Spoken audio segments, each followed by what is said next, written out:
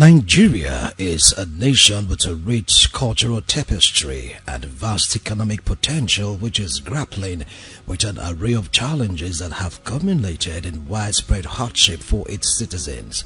From economic struggles to social unrest mixed with security challenges, the complexities of Nigeria's current situation are deeply rooted. Of all the feelings, economic hardship appears to have taken the cake as murmurs and bouts of outcry have sprouted all around the country.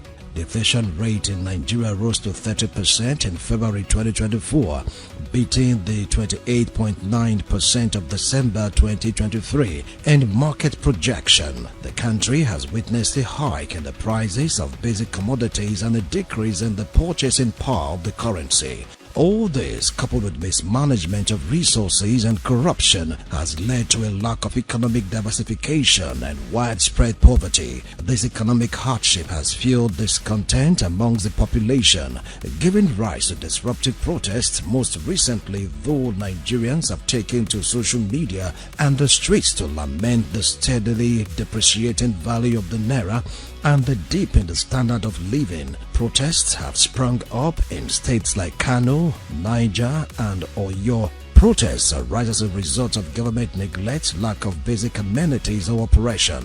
National leaders often found to be out of touch with the grim reality of Nigerians. It is not unheard of that while millions of Nigerians are living in squalor, surviving barely on $1 per day, Nigerian leaders and politicians are living their best lives too high to see what is going on below them. We are at a crossroads in our country today, in our national life, in our national economy. The school of thought has said, is this a glitch or is this a catastrophe? I think it is a catastrophe. We found ourselves at a point where we're beating below our moral rate, we're beating below our economic rate, we're beating below our social rate. And as a people, the people are in quandary as to where do we go from here? Do we have a leadership that can take us to the next level of our economic life? Do we have trust that those are the helm of affairs in our nation, understand the intricacies of the situation that we found ourselves and how to bail us out of this? How can it be in a country so blessed with natural and human resources? How can it be that unemployment is skyrocketing every day? How can it be that the value of our currency is dwindling every second? How can it be that the hopes that Nigerians should have in their economy, in their government, is non-existent? How can it be that all the indices of economics are all in the negative? How can it be that there's continuous waste and lavish spending in government at the federal level and also at the state level, when we should be conserving what we have to the benefit of the people? How can it be that we wake up every day and we cannot even imagine how the value of the naira is going to close against the dollar at the end of the day? How can we survive as a nation when the economy is on his toes, when the economy is on her toes, when the economy is on their toes? We are at a crossroads, and who will bear the cat? What are we to do as a people to move forward from where we are to where we ought to be as a nation? Gladly, we're seeing some states like Edo State trying to carve a niche for herself in the committee of states to say, yes, we may not be moving in the right direction as a country, but what are we doing as a state? How are we using technology to advance our state, to prosper our economy, to improve the lives of the people, to add value for sustainability and for prosperity? That is what our focus has been as a state in the last 5 years. But what are we doing as a country? And that brings to mind the capacity of those that we have selected or elected to lead. Do they understand the difficulties that we go through as a people? Do they understand that there's no more middle class in Nigeria? You're either rich or you're poor. Do they understand that the lower class or the upper lower class have all run out of the country in search for greener pastures? Now we see people, our embassies are jammed every day. Even African embassies are jammed every day. Nigerians are trying to escape just to be able to breathe. can we continue like this? If we were producing, I'm not sure we'll find ourselves in the mess we'll find ourselves today, where every aspect of government is thinking about administrating the resources of the people. I believe we've had people who have entrusted sensitive positions in government have been quite corrupt. It's unfortunate that we have people saddled with such responsibilities and they've taken us for granted. Like the case of the former governor of Central Bank. Our governor here, His Excellency Godwin Obaseki, a few years ago alluded to the point that they were printing money. They were basically printing money and taking care of recurrent expenditures. So that has put us in a very precarious situation as we have today. Then the issue of insecurity, actually the kidnapping, the issue of the herdsmen. We had so many of such that happened. Our farmers are kidnapped, are killed, our farmers are raped and murdered in their farms. So for a few years now, people have refused to go to the farms. So that's exacerbated the shortage of food. And we also have this issue of the unions in the market, where they put levies on those who bring their wares to come and sell in the market are unable to sell. So that has also increased the prices of food. But I'm glad that our government is doing something about that. I think about last week he had a meeting with the local government and they talked about how to either subsidize or make food available and control the prices of food. So in a nutshell, that's where we find ourselves. Moving forward, I really, in my own opinion, I don't see how we are going to get out of it. We are resilient people. Nigerians are very resilient, and I'm sure within the next few years we should be able to see the road, the light at the end of the tunnel, where things will turn around. When you look around us, in a country where you don't have electricity, a country where insecurity is not the order of the day, kidnapping every minute and all of that, you see that you're going to have what we call economic crisis, and that's where we are right now. And if government fail to take deliberate approach now in curbing this economic situation, we have more problem to solve. So what I want to say also, continuation, is that government had failed to implement policies that can put Nigeria in the global map when it comes about the economic of this nation. Number one, our infrastructure is so bad. We don't have good roads. We don't have light. How can you grow your GDP when you don't have electricity? Small scale businesses are suffering. People can no longer just go to the street. Barbing, to barb alone is a problem. People just prefer to carry grown up hair and all of that, resort to coloring their hair because of barbing, you got to buy fuel and all of that. So you see that government have failed so much. The government policy are not addressing situations at all. Government has not come out boldly to fight fraud in its own self. You see the EFCC, you see they going just only out for all of this, Yahoo boys or whatever. I'm not saying they should not fight, they should fight them, but look inward. The people bringing this country down are inward. Dollars of naira are being launched every day. Nobody is being held accountable, and that is the reason why we are where we are today. If we must come out of this economic quagmire, the government must rise up with policies. It's not to come and show. It's not a thing of boast. There's no boast anywhere. Your policies determine what your economy becomes. Number one, what are government statement in fixing our dilapidated roads? Federal roads are bad nationwide. Come to electricity, those are the major things that drive the economy. The people who are producing foods, no road to bring them to the market. Insecurity, farmers have run out of farms. Government are not doing so much in addressing this very serious situation that can bring down the economy. My advice to government is that government must wake up, government must fight insecurity, government must fix roads. And number 3, to cushion the immediate effect, government should, relate with manufacturers.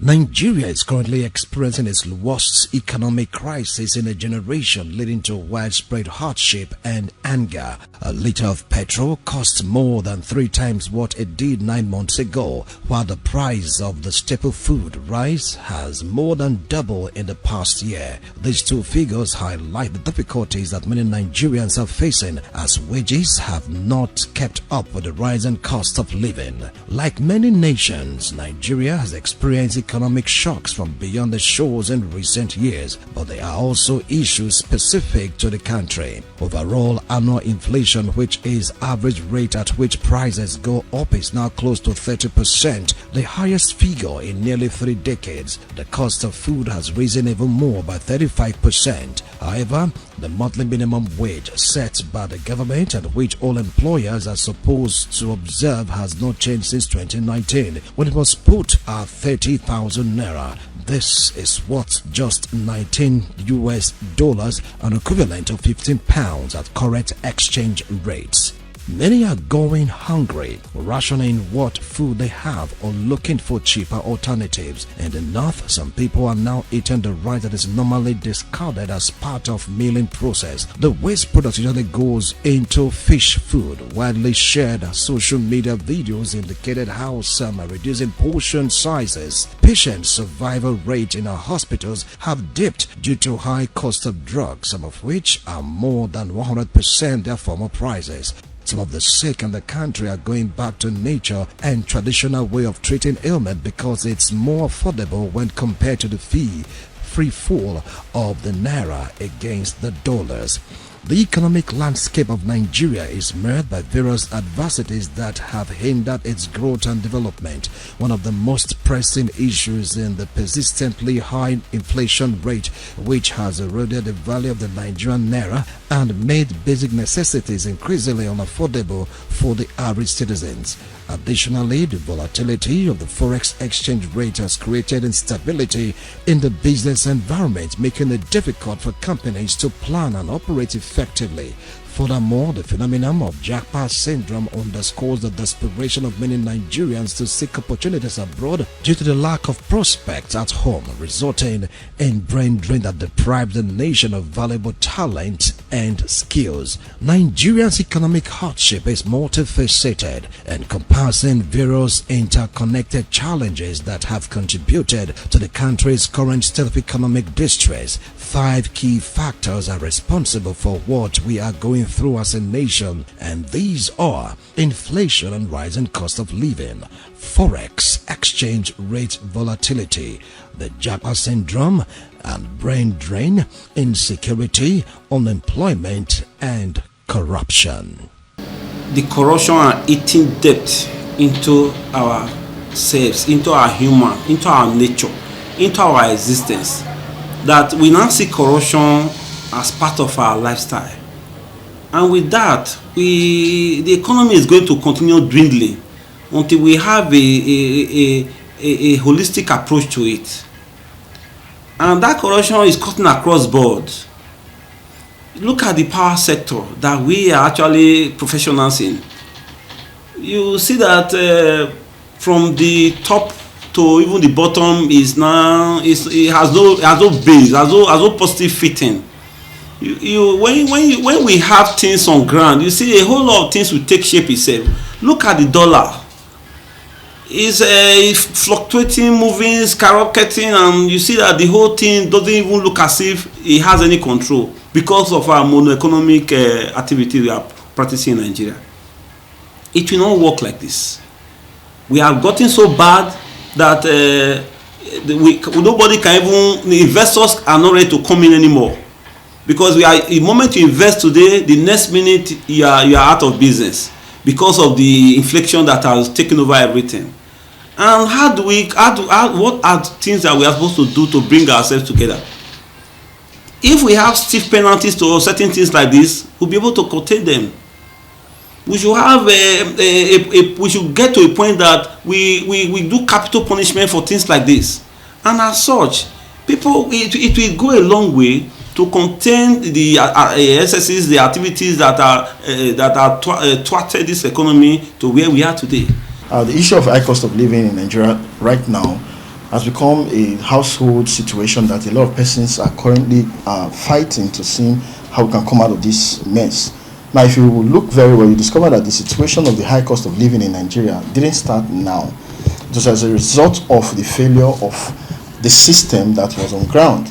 A lot of us were all guilty of it, because the moment we discovered oil in 1956, laziness came into the agricultural sector because free money was everywhere. So people were all willing to now start eating the money and buying maybe possible any other means of food system. So the ground pyramid, the cassava, the cocoa, and every other thing was jettisoned because they saw it as a hard man's work, hard labor to getting money. So since the oil money is the free money, so but it has now that effect of easy money, getting easy money, made each and every one of us who was into farming.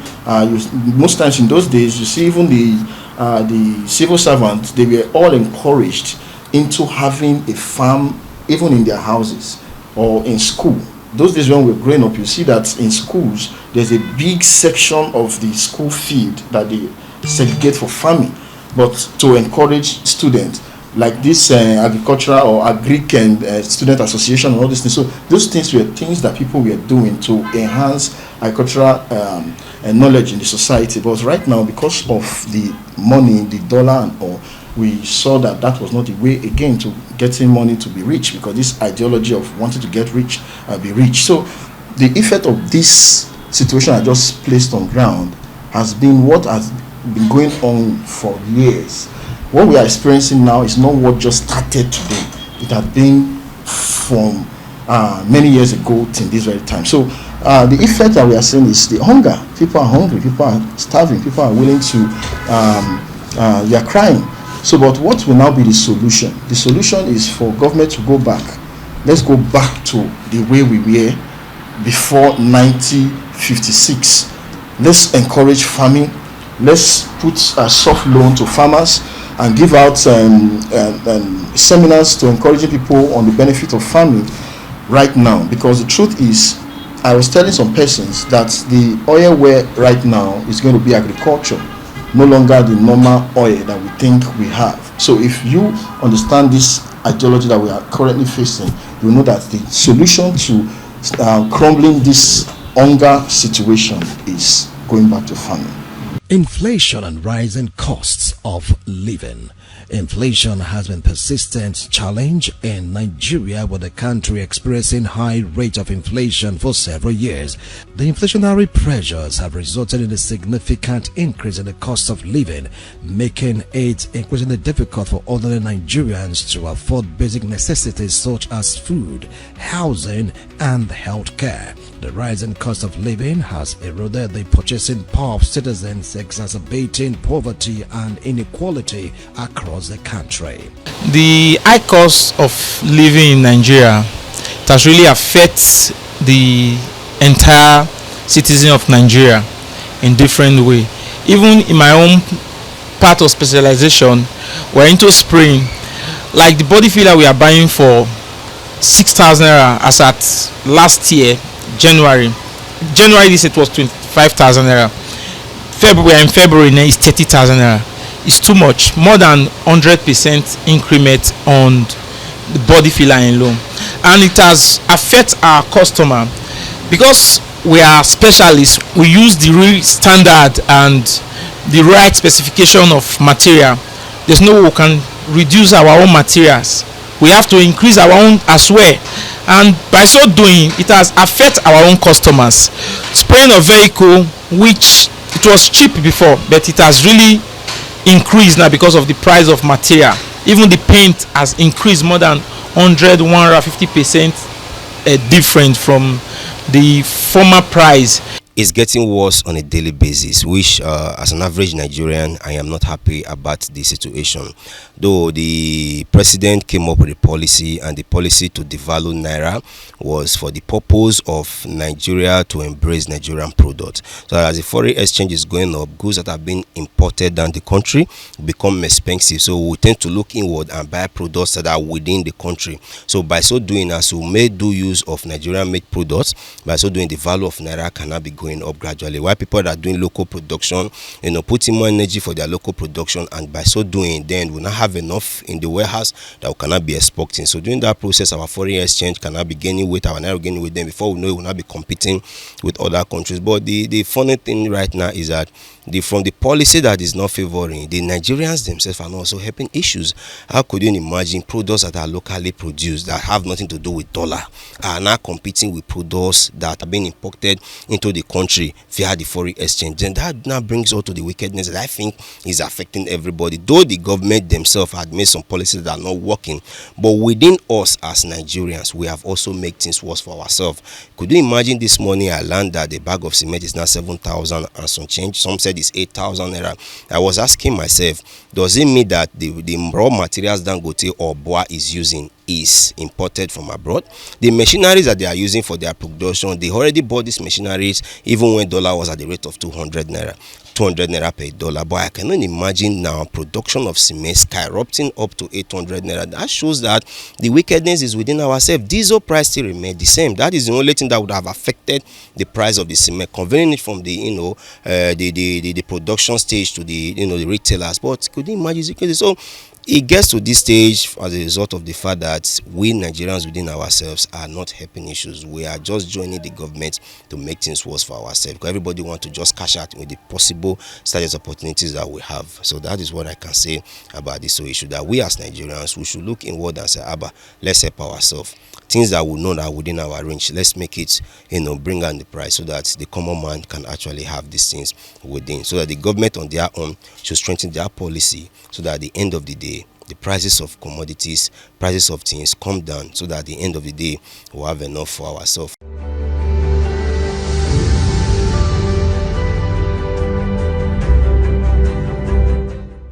Forex exchange rate volatility. Nigerian forex exchange rate has been highly volatile, with frequent fluctuations in the value of Nigerian naira against foreign currencies such as the US dollars and the British pound. The volatility in the forex market has had adverse effect on businesses, investors and consumers, making it challenging to plan and budget effectively. Moreover, the depreciation of the naira has led to an increase in the cost of imported goods and services, further contributing to inflation and economic hardship.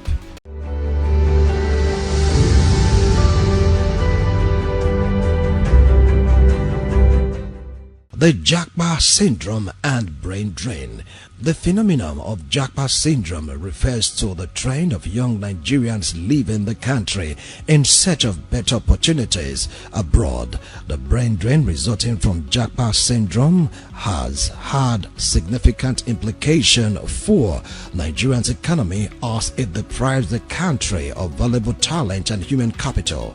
Many skilled professionals, including doctors, engineers and IT specialists, have left Nigeria in search of better employment prospect, exacerbating the country's already high unemployment rate and hindering its economic development.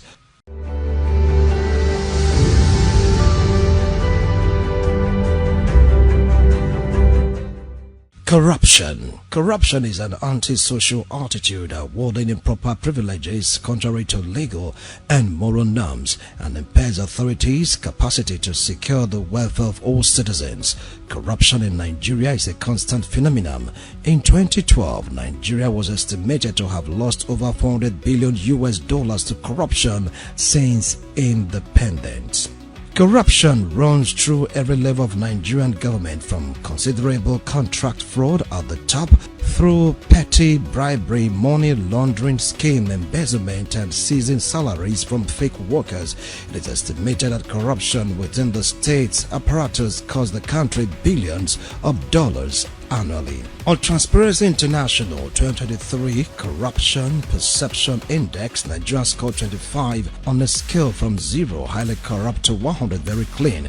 When ranked by score, Nigeria ranked 145th among the 180 countries in the index, where the country ranked first is perceived to have the most honest public sector. For comparison with worldwide scores, the best score was 90, ranked 1, the average score was 43, and the worst score was 1, ranked 180.